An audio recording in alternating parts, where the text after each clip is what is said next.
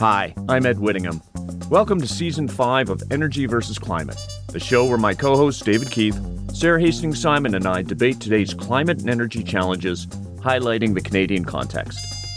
Today's show isn't live, but most of ours are, so subscribe to EVC emails at energyversusclimate.com to get invites to our webinars and in-person shows.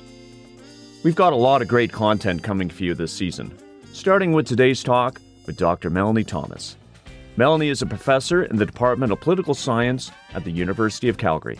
Her research investigates the politics of energy transition in Canada, from fossil fuels to renewable sources of energy, with the aim of developing potential solutions that strengthen our democratic politics.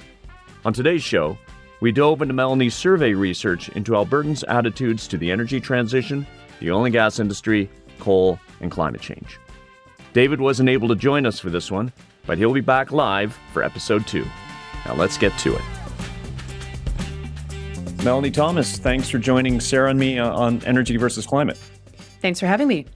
Great. So you and your colleagues have conducted research through survey work into the attitudes of Albertans toward energy transition, but also, by extension, climate change and the oil and gas industry in particular.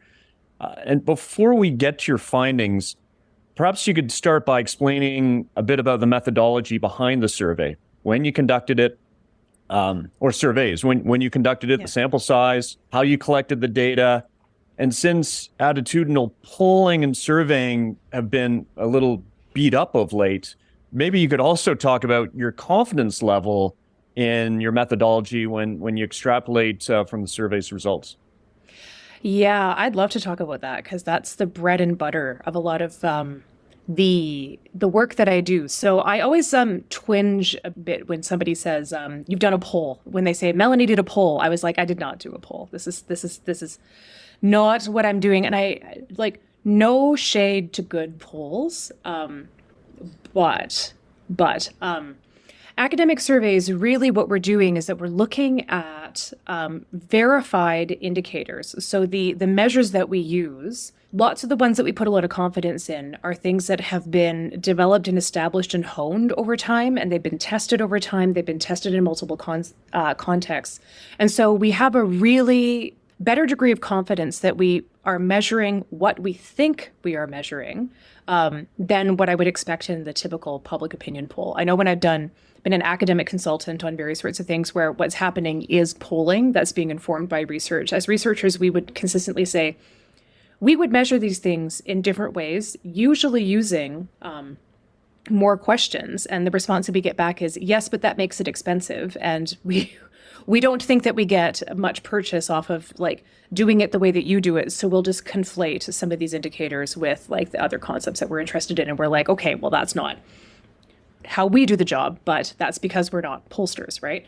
And so for me, I would see the survey, like a really good academic survey is one where you're able to get at the sincere views of regular folks. And so in order to be able to do that, you have to, like I say, have really good questions that actually map onto the concepts that you need to care about based on the existing literature. And then you need to be able to access a sample that's going to give you a reasonable estimate of the population that you want to generalize back to. And so for us, one of the things that we know in Canada is that it can be challenging to get a really reliable provincial sample. So we can come up with census estimates and do the math in the background to figure out just how many people we need to sample to be able to generalize to all Canadians.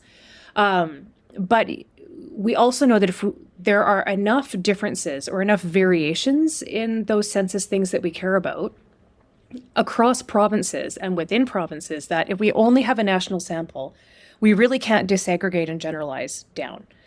So one of the things I always want to watch for is if I have lots of good individual level data, I'm much more comfortable aggregating up to a generalization. I start to get real nervous if I've got national level stuff and I want to generalize down to the individual level. To me, that's ecological fallacy. I don't like doing it. The assumptions that I have to make to be able to go from like the aggregate down to the individual are ones I'm not prepared to make. I would much rather assume, if I had to assume in one direction, it was like I've got good individual information and I can make some assumptions with some adjustments based on census measures to be able to generalize up to kind of collective opinion. And so because we wanted to start this looking in Alberta, we figured the most up-to-date pool that we could sample from was going to be those who consented to participate in the 2019 Vote Compass.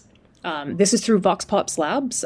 They have political scientists who and others who are academically trained to the doctoral level who kind of like help them help run that particular part of the business. And so we designed the survey. We designed all of the things that we wanted to access and like the sampling parameter and all these other sorts of things. And we tasked them with being able to set it out to their pool of Albertans immediately following the 2019 election, thinking that that was going to be the most up-to-date, biggest pool that we could access. And we accessed that because we wanted to have a really big sample, because we ran a series of survey experiments in this as well. And so the key to being able to do that work really well is that you need power.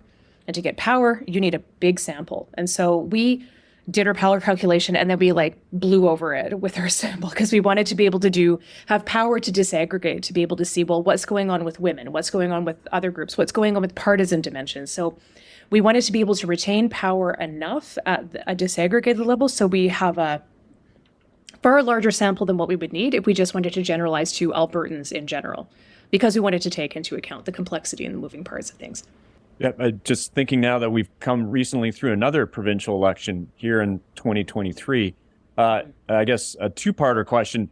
A, has there been similar sort of immediate follow-up surveying work done in the aftermath of our most recent election? And then the second one is, looking back, so now that survey was done in 2019, coming back to your confidence level, what's your confidence in the results being reflective today, given that it's a survey that's 4 years old now? So I am confident that we have a good description of what was going on in 2019. Fair enough. Which I would take that as an important context for things that would be happening now. So one of the things I would want to look at is, because how we talk about energy transition has changed over the past 4 years. It's become politicized in ways that it wasn't in 2019. And so I feel like we've got a reasonable baseline, and then we can see how things change over time. We have another data collection that we did in December 2020, where we replicate what was done in Alberta, but we extended it to British Columbia, Ontario, and Quebec. We treat those provinces like they're countries, which means we have a full sample that's of a sufficient size that we can generalize about the province, but then also do those kinds of population breakdown analyses like we want to do here. I would say the top line finding that I think folks find most surprising. There are several surprising findings in this study, I think. But the one that I think most people go like, oh, that really runs contrary to stereotype, is that a majority of Albertans support explicitly moving away from fossil fuels. And so we separate out how people feel about moving away from fossil fuels from how people feel about moving towards renewables. A number of environmental organizations, and specifically the Alberta Narratives Project, had done focus group work where folk had said that they see renewables sometimes, or a common view is that, like, what a nice add-on.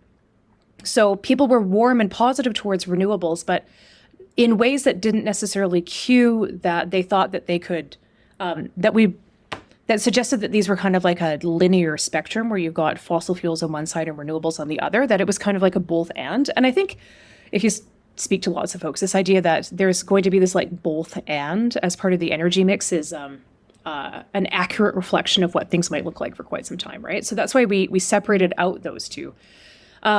And in general, when we ask folks about this, and we have a multifaceted measure, people have to feel really strongly about oil and gas being like the most important thing.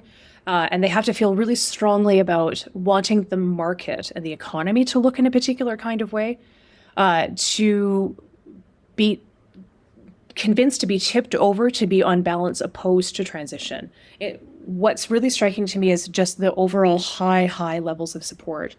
What it means is that there's very few things that we find that actually push people up or are associated with people being more likely to support transition.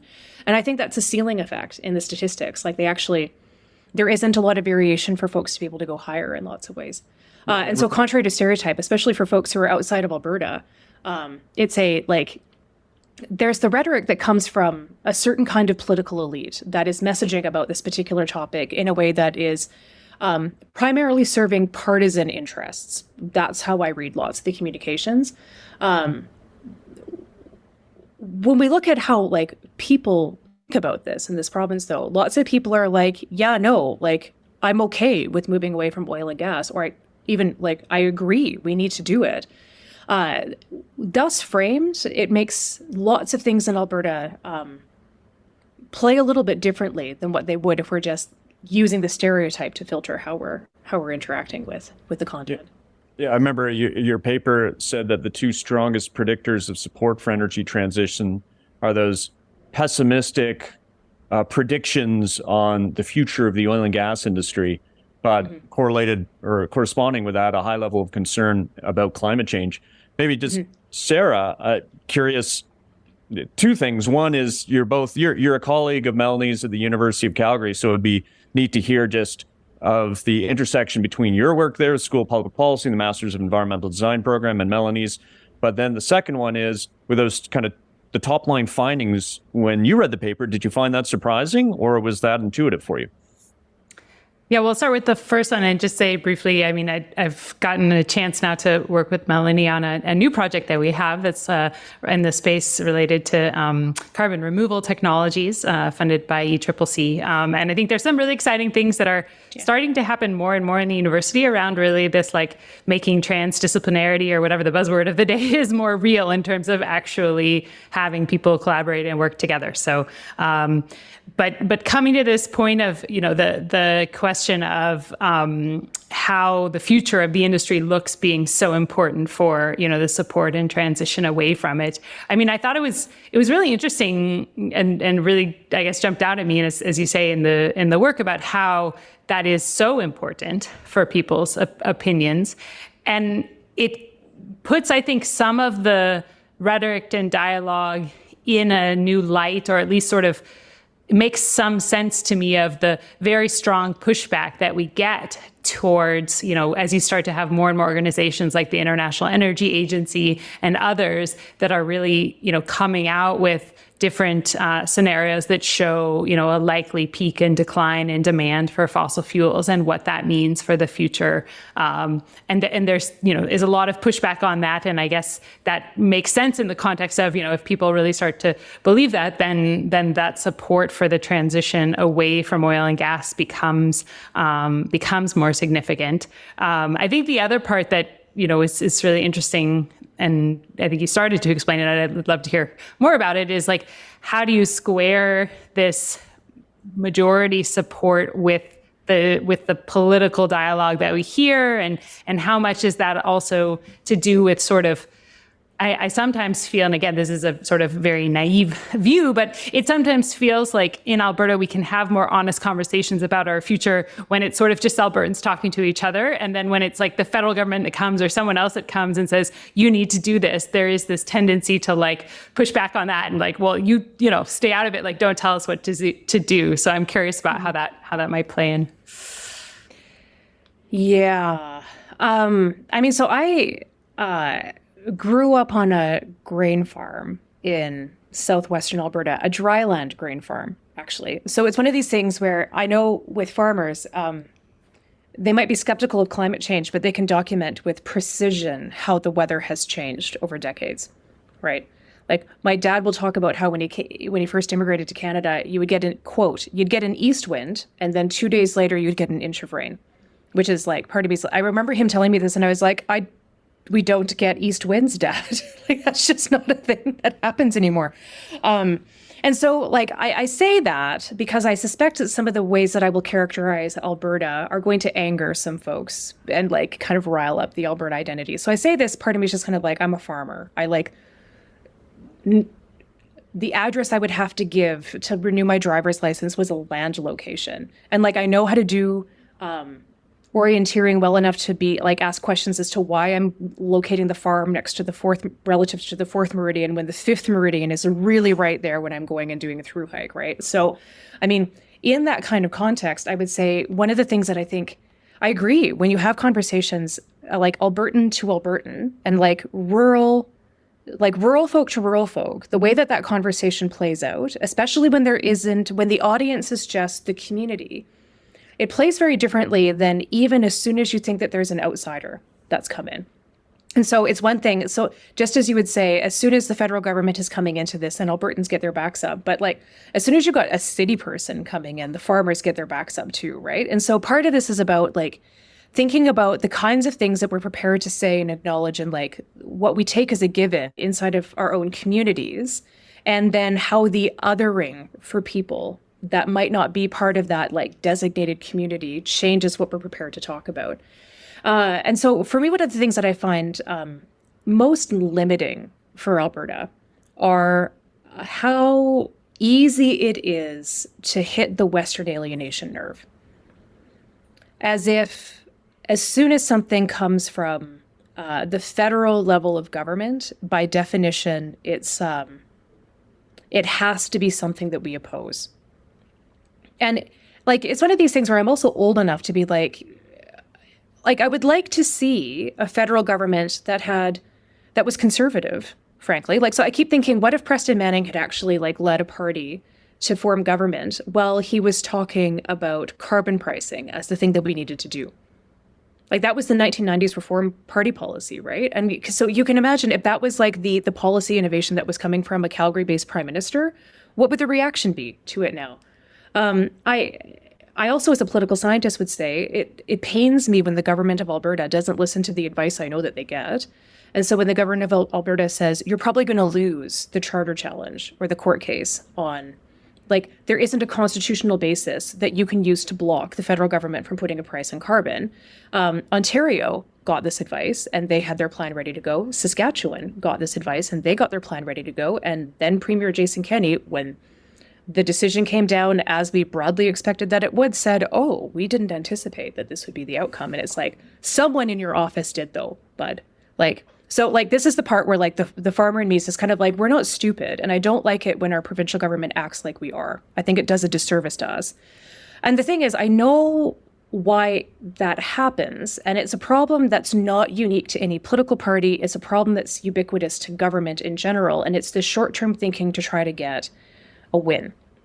And so even the civil service is going to be thinking in terms of like a news cycle or something that is insufficiently long-term to tackle some of these problems because they want to make sure that they're actually staying on top of this kind of winning cycle. Add partisanship to that and like how a short-term win can just be sending out an email that's going to anger enough people so that your donations spike. And this is how you get lots of the rhetoric that we have now. So in looking at political communications or the news, like I have journalists from the states that call and they say, why are your people talking about this way? And it's just like, you're not the audience. The audience, I think, has to be donors because otherwise it just doesn't make sense. And so in that context, it's like we've got this rhetoric and the rhetoric doesn't match public opinion. And I think lots of folks are going through this where either they're just not paying attention to the news, which like fair. I don't hold a moralistic view on that. It's like it takes a lot of time to gather information, and lots of the information that we're getting in the news shows that people are behaving poorly, and it's frustrating to watch. And if somebody's just kind of like, I have other things to do, I'm going to go do that. I think I would be happier if I spent less time paying attention to the news. Yeah, no. I respect that choice 100%. Or it's just kind of like I have kids, I have busy things, I have other things to do, and I don't want to listen to this what sounds like a really stupid spat about the same things over and over and over again. Nothing is new under the sun. So if people are checked out, I get that.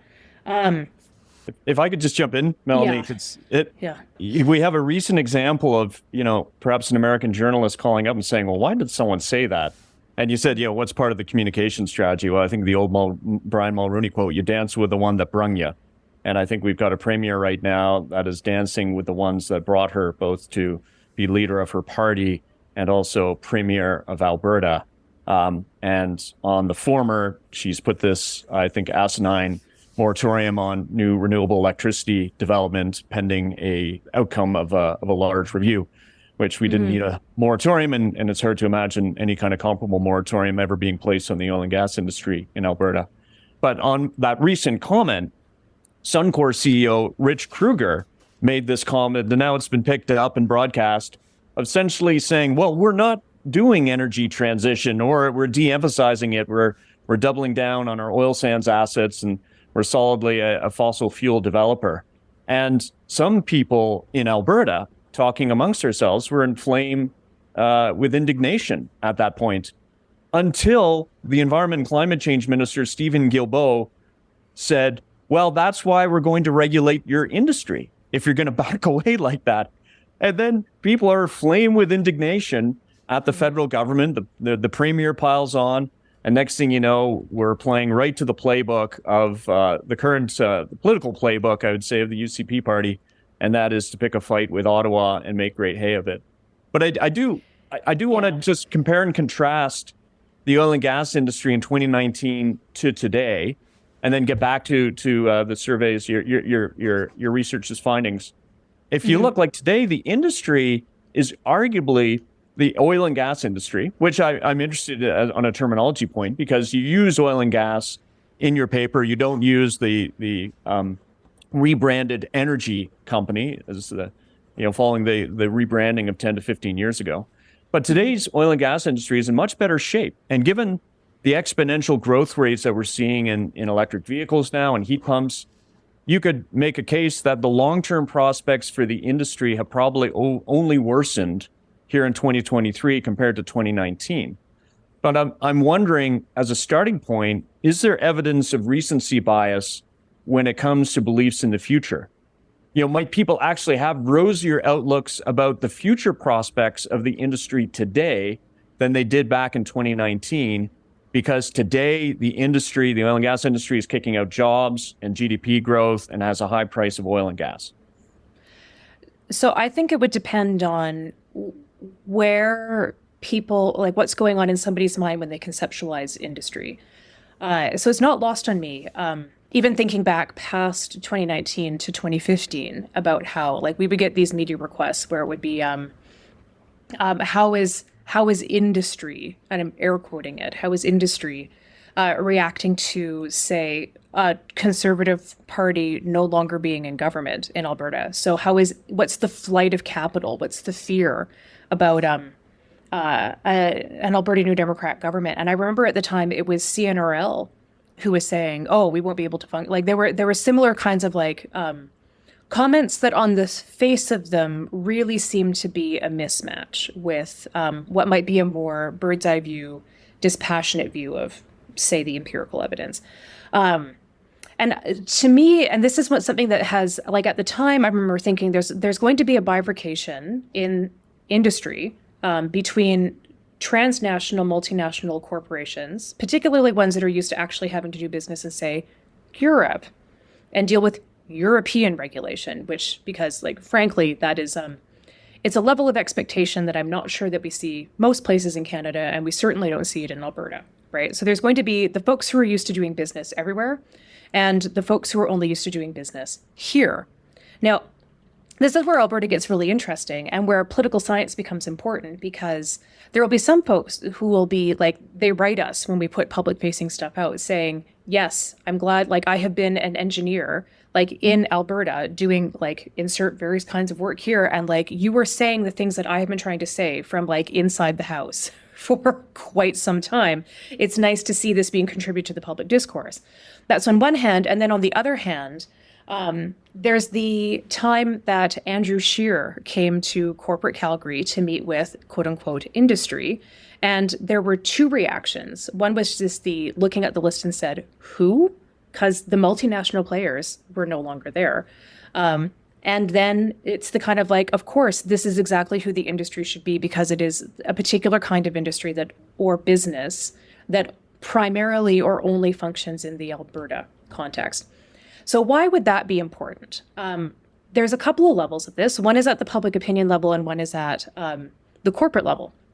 And we, though the public opinion bit is published in the paper that you folks read, but there's other parts of our project that deal with the more corporate side of things too. So at the public opinion level, what matters for most things is not actually having direct experience with something. It's the perception. And so I know my students struggle with this, but the way to frame it is the idea that somebody has in their head is going to be the thing that drives their behavior. This could be a poor mismatch with an empirical reality, and that doesn't matter. What matters is the idea that somebody has in their head, which is why when we ask about these things, we're really interested in self-perceptions. And so this is why, for us, the perception that oil and gas is going to be the most important industry for Alberta, even if that's not true, that perception is what drives behavior, not the truth of it. And the corresponding thing that we measure that with is the perception that Alberta is too dependent on oil and gas. And we deliberately did that because, as you know, if you look at energy broadly, it's a multifaceted, complicated industry. And if we said we're too dependent on energy, that kind of doesn't make sense. But if you say you're too dependent on oil and gas, like, folk in Alberta will be like, I know exactly who you're talking about, whether or not they agree or disagree. And so one of the things that we look at with that is we talk about partisanship and polarization in terms of partisanship, and we see that on full display in the United States. And there is evidence to suggest that it's also happening in Canada.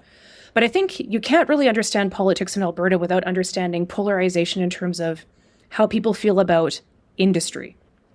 If folks think that I'm picking on Alberta too much, I would say an analogous process is going to be how Quebecers feel about hydro.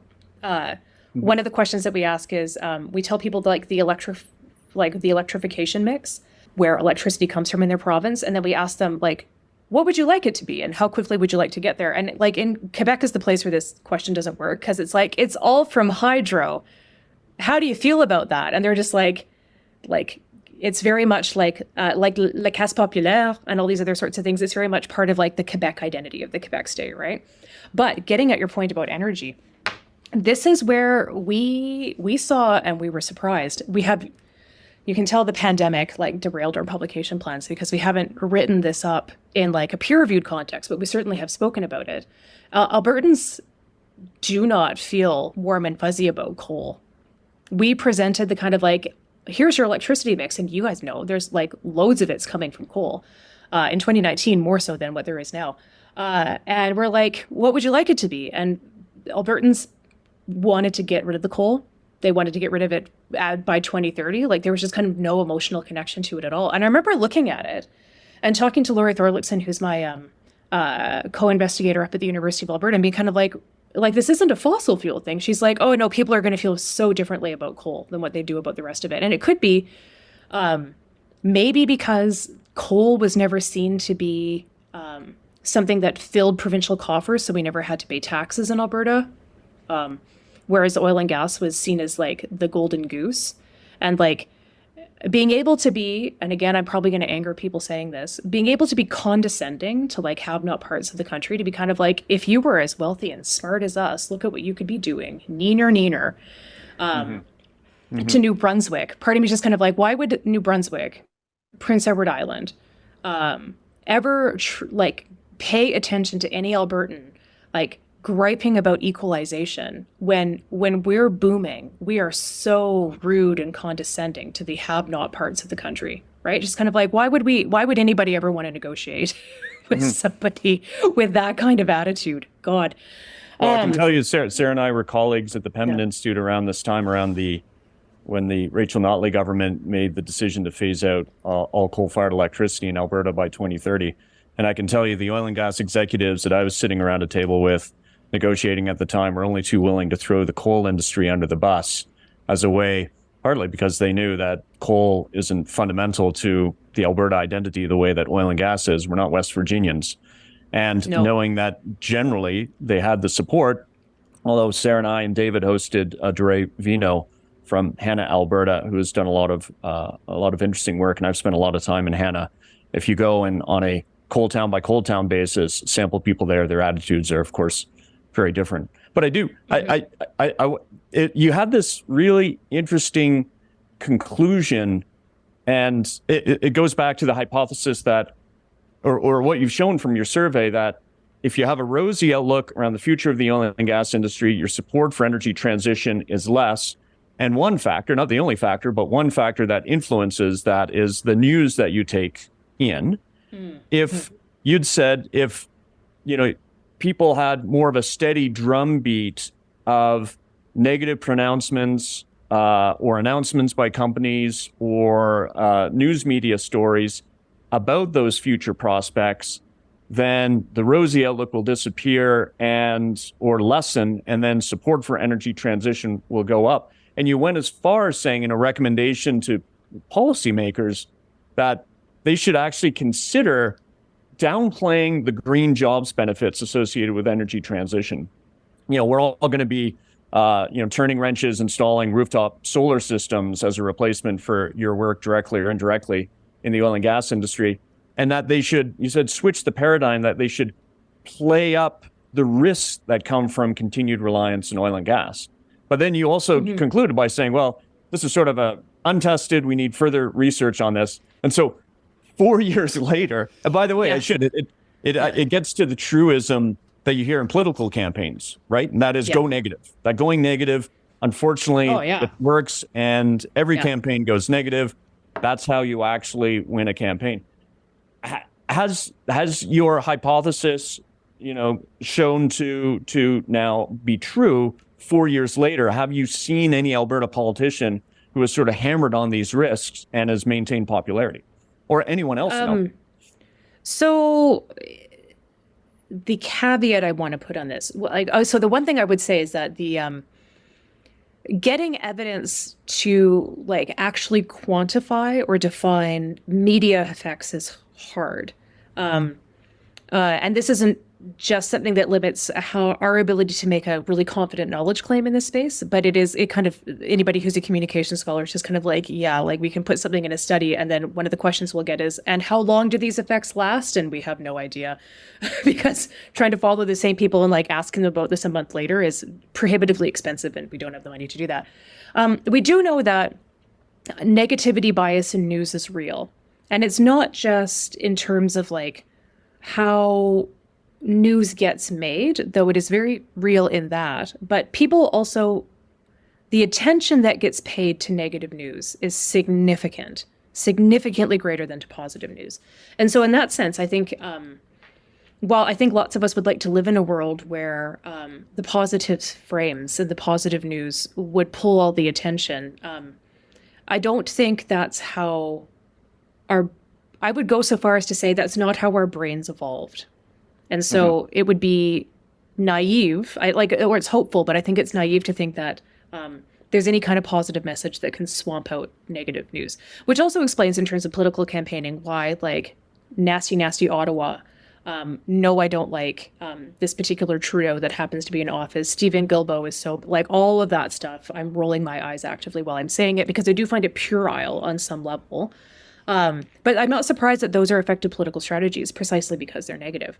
Now, we wrote that, and then in our subsequent data collection, we were does the messenger matter? And we know from other research that there are times where the messenger matters, where you could change them in terms of partisan actors. If we could come up with a way to talk about energy transition where it was equally plausible that somebody like Danielle Smith and Rachel Notley could say the exact same thing, we would 100% test that. But we have not been able to come up with something that was that you could put it in the voice of those kinds of actors and actually have the same content, land with the same plausibility. What we have tested would be the things that Mark Carney has said, not just coming out of being the governor of the Bank of Canada, but being the governor of the Bank of England, and saying, this is a risk that is going to affect our ability to prosper in the current economic context. I mean, so folks who are aware of what Mark Carney has said, this message is not going to be a surprise. That didn't seem to do much, which might be a little bit disheartening, but I can also point out that we tested something that was in Brett Wilson's voice to see if that would actually make folks of a particular political background, if that was Brett resonating. Wilson called me an eco-terrorist, by the way, but he misspelled the word terrorist. So that wasn't the content that we used. He's a polemicist and a lazy speller. Yeah. So, but we used something that was polemical of his just to see how that would play, and it also didn't land. So, as a researcher, I am cautious about this. One of the things that's surprising about the study that we published is that the news stories that we ran actually power through with effects. What's much more common is that you can put in a news type survey experiment like this, and frankly, that any effect happens is surprising. And so the results that we did find, which is that coal mining town is probably going to die due to energy transition, that this made people more supportive of transition is weird. That you can make a lot of money in solar, and that made people more likely to support energy transition. That was also unexpected. That very well could be of the moment. Like at the same time, the treatments that we've tested the most are Indigenous nations want to buy TMX. Indigenous nations are protesting Coastal GasLink. And so we play a bit fast and loose with this, where we just call them pipelines and hope folk can, like, we're just kind of curious to see what people infer with respect to a pipeline. And those treatments don't do a whole lot either. So the thing I would say is that, like, a single iteration of a news story, like what we presented these studies, it's the most common finding is to have no effect. And we think the reason why is that it needs to be like a drip, drip, drip, drip. It needs to be this kind of iteration. And if you think about how the news works, it's this kind of iterated sort of thing. And so this cuts both ways. It means that if you've got somebody who's a polemicist, who's conspiratorially thinking about this, it's not necessarily going to move public opinion. But if you've got somebody who is an expert and saying the risks of climate are going to make it hard for us to be able to do anything, and the costs are going to be greater than we can bear if we don't do something. This also doesn't necessarily mean that we've got laws to do anything. But it also, like, is also the kind of thing where it's just like, if there's communications professionals listening, it's just like, we do need to get ourselves out of this idea that there's like the message that will resonate and move the needle, because like that message doesn't exist. And all the research suggests that it shouldn't. But if we were going to try it,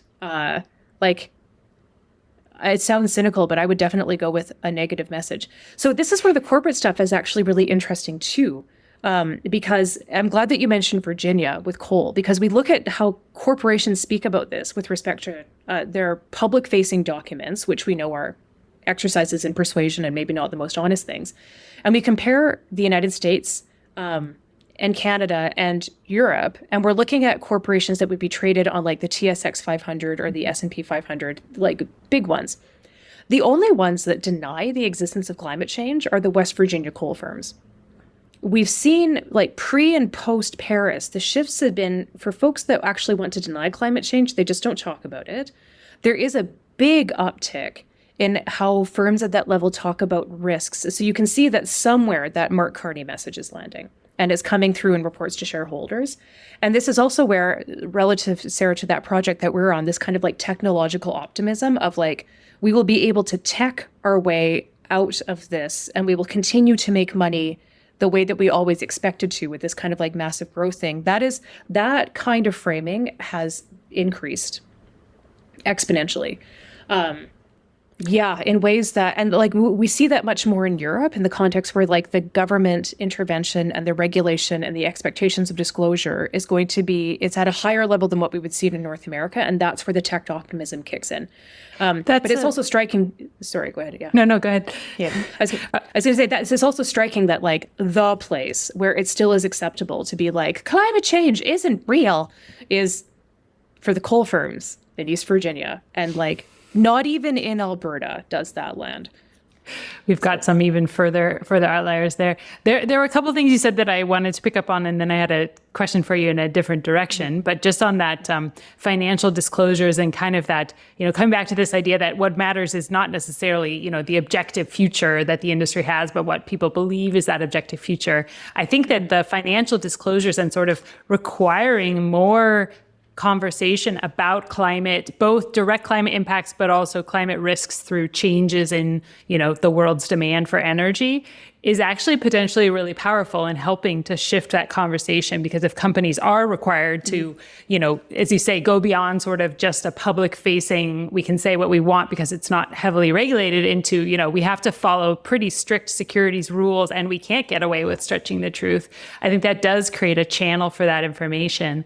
At the same time, I think I'm concerned, and as interesting as the finding was about the importance of that understanding of the future potential of oil and gas, it makes a lot of sense somehow, right? If, as long as you think things are going to continue to be good and it's going to be, continue to be a wealth generator, why would you want to move away from it? And that this period of transition that we're entering into that has more, underneath it volatility will tend to confuse the conversation more, right? You're going to see prices probably rise and fall more and not this sort of smooth transition. And so it will be, I think, very confusing to understand, what's going on. And okay, why, if prices are now quite high, for example, do we think that the underlying fundamentals of, the energy system are driving towards this different one? But there was also an echo to me of, and I'll draw it back to Aostra, my favorite topic of the oil sands and the development there. And if you go back to actually Premier Lougheed's speeches at the time, his framing of why, his government was going to invest all this money in developing the oil sands was very much built around the conventional oil industry decline, right? And he says many times in his speeches, directly to the conventional oil industry people, look, like the reserves are decreasing. We're finding new reserves more slowly than we're producing. And it's really clear that this industry is going to be in decline. And so we're going to have to find something new. So I thought that was kind of an interesting similarity of, the last time we had a big, arguably, transition. The question that I wanted to ask you is one of the other findings that, I think jumped out with some of the conversations that we're having now is this idea that personal experience with climate disasters didn't have a big impact on people's attitudes. Mm-hmm. And so maybe you can say a little bit more about, first of all, am I characterizing that correctly? But also, I think we hear people saying, oh, well, now that we've had this, summer of extreme, smoke and really kind of starting to feel some of these impacts in different ways and people's opinions are going to change. But how does that kind of square with what you found? And is there a level, at which things get so bad it starts to make a difference for people? Yeah. So we hypothesized that being evacuated for a natural disaster might shape how people think and feel about this. But the assumption that's required for that relationship to work, or the dots that need to be connected, is that attributing the event that precipitated the evacuation back to climate change. And so this is where we found that, so in our studies, we would find the key things in Alberta are the 2013 flood, where, full disclosure, I was evacuated from that, and the Slave Lake fires in 2016. And so we asked if folks had ever been evacuated as a result of a natural disaster, and we model it statistically, and it just it doesn't power through compared to things like partisanship and things along those lines. And if I were to put this in the context of why might that be the case, I suspect it's working through levels of worry about climate change. And so one of the things that we find is that what makes people more supportive of energy transition is not believing that climate change is real, but being worried about it. So there are lots of folks who believe that it's a thing, but they don't care. In terms of the stuff that actually keeps them up at night, or will draw their attention as a problem that they would ask for an urgent solution to. It's not high on the list. What does the work is, if people are, the more worried they are about climate change, the more supportive they are of transition. And so it makes me wonder whether or not the natural disasters feed into that worry about climate change. So it's not that this isn't something that's happening, but it's actually being captured more by people's self-report about how worried they are about climate change. I have to admit, I'm so cynical. I was in Ontario when the forest fire smoke was there, and then watching all the people who clearly had not had to live through forest fire smoke. I remember sitting with my partner's cousins and being like, oh, you've got a smoke sunset. And they're like, what? Because they didn't observe it the same way we did, because we're so used to it. So, and I'm not the only one who's made the observation. It was just kind of this is the first time the East Coast has seen this. Can we tell you about the West Coast experience? No, I don't mean to laugh. But I also remember, I was wondering how, even Calgary's air and the quality was going to compare to, say, 2018. And we had as bad a smoke here this year as what we had in 2018. And I remember 2018 being the last time I was just kind of this is bad. This is gross. and it's pernicious and consistent. And like the thing that makes me worry about this stuff is not that I was evacuated back in 2013, but that we could have rain for days and there's still smoke in the air. It's just like the rain's not clearing the smoke anymore. It still smells like an electrical fire outside in the midst of a rainstorm. Like that's the one where I'm just like, I'm now starting to become much more anxious about this. So if I'm going to extrapolate from my personal experience to what I think I'm seeing in the data, that's what I think I'm seeing. If I could add to that, Melanee, we've understood the science of climate change going back to the 19th century, but it's really been in the last 10 years that we're starting to see the acceleration, in particular extreme and intense weather events, even though we're just living the model, the results of the modeling. If you look back to 1990, what was predicted through the models, they're bang on, and we're just living through that right now. But I wonder if sort of that lack of correlation from your data in 2019, if it still bears out today, but if it doesn't, it could be part of the fact that, as you said with wildfires, that people just get used to a new normal. That's, the boiled frog syndrome. If you just turn up the heat in the pot in which the frog is gradually, 1C by 1C, you're not going to notice it and you're going to adjust. But then we're also seeing the effect. And I say this when we've had two terrible tragedies recently, both in Morocco, an earthquake, and Libya, flooding. And I'm not going to, for a second, try to attribute those disasters to climate change. We've talked a lot about attribution science on a show recently with paleoecologist Alison Karp. But when you look at it, one death is a tragedy. A girl, in a developing country gets stuck down a well and the world is gripped and sits on the edges of their seats for days, hoping that we get the girl out. But when you see 10,000 deaths in Libya, or you see 5,000 deaths in Morocco, that just becomes a statistic. And we're seeing that so much now that you almost become immune to it through the inundation. And I really hope that isn't the case with the real biophysical changes and the weather changes that we're seeing in climate. But I worry, my worry about climate change, I worry that might be the case.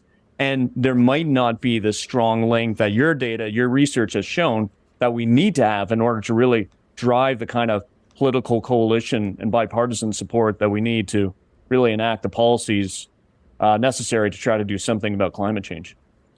Yeah, there's a couple of things that I think help explain why we see some of the stuff that you've pointed up there. So in addition to news having this negativity bias to it, there's also a recency bias. We also know that for issues where everybody kind of agrees that it's a good thing for us to have them, all you need to do is to get disagreement on the best way to get there, and you can frustrate action on it. And this is the environment to a T.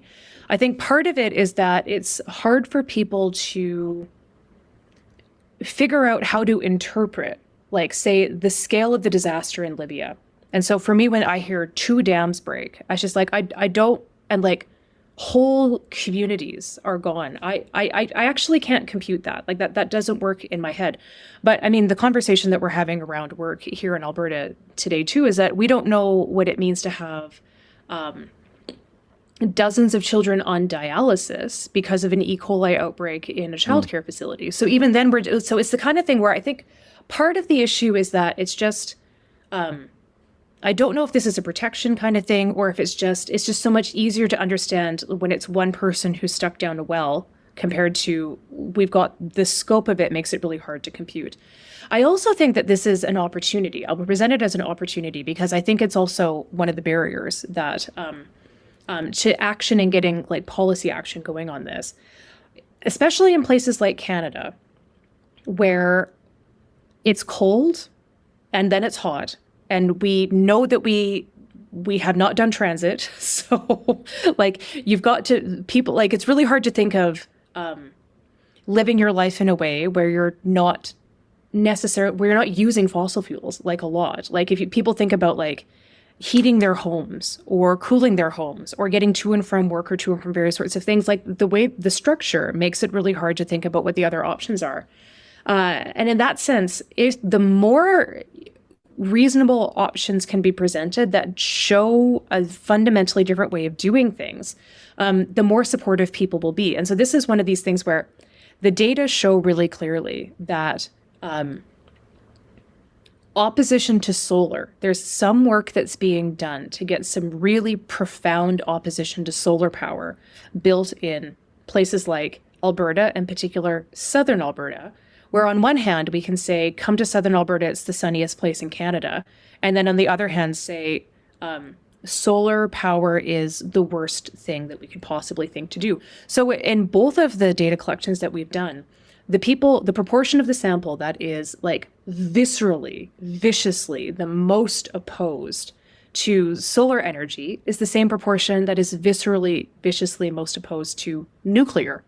And so my spouse and I, we fight about this all the time because his like level of risk aversion for things like nuclear energy, I think are low enough that he's in the tails of the distribution. I'm like, to my spouse, I say, you are weird, that you don't seem to be bothered by both radioactive waste and also the cost associated with storing radioactive waste. Like, interesting. How did you get to this point?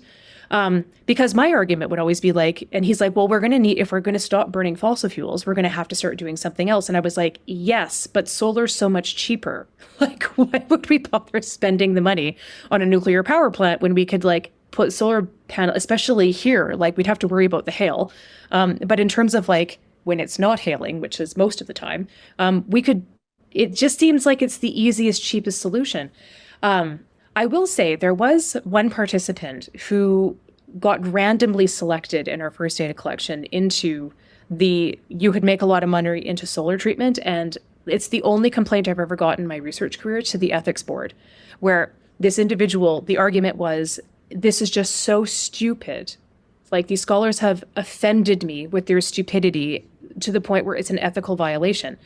And like, we can laugh at that, but it's also like, think about in southern Alberta, where it just does nothing. Like, it gets to be so sunny, it's dystopian. What's the process that would have to be underway when this is the cheapest renewable option that is readily available, that people would have to think that it was too offensive to consider?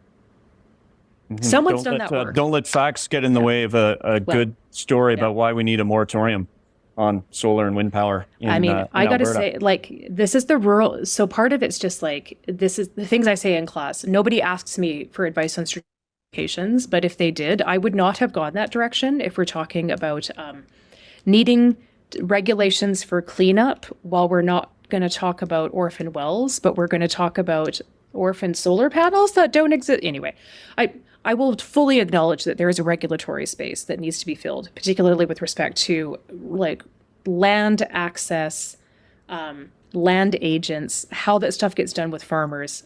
I can understand how rural Alberta would be like skeptical out of the gate on the basis of partisanship alone for any policy that was enacted under a new Democrat government. I get all of that. And even accepting all of that, the way that this moratorium on renewables projects has been presented is still indefensible from, I think, a substantive policy perspective.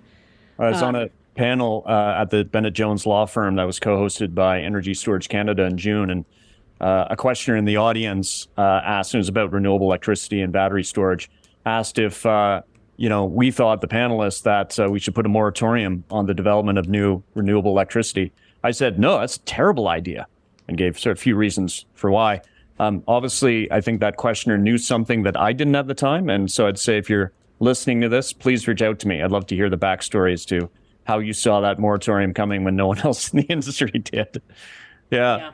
But listen, I mean, this is the thing that I find interesting, because it connects to this idea about the market, right? And so consistently the top predictor that we find across our data collections and across provinces about opposition to moving away from fossil fuels towards more renewable sources of energy is this idea that it's like Reaganomics, or somebody thinks that like big business making lots of money benefits everyone, including the poor, that government's got to stay out of the economy. Like, the more somebody thinks that particular economic perspective, the more they're likely to be opposed to transition.